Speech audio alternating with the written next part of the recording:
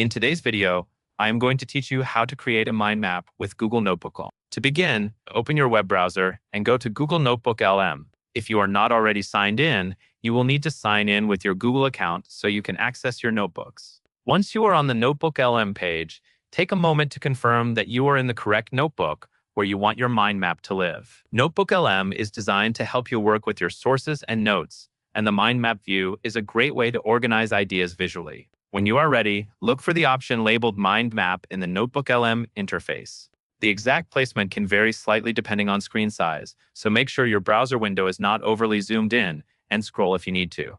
When you find Mind Map, click on it. This switches you into the mind mapping view, where you can start arranging concepts in a clear, connected layout.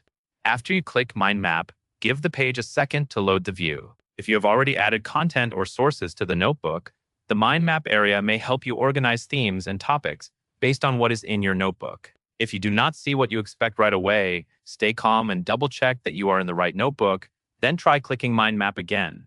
It also helps to refresh the page if your connection is slow.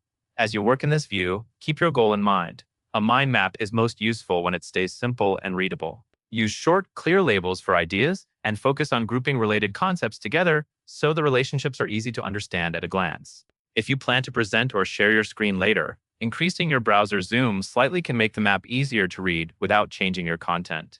Once you are in the mind map view, you are set up to start building and organizing your ideas visually inside Notebooklm. And that is all there is to it.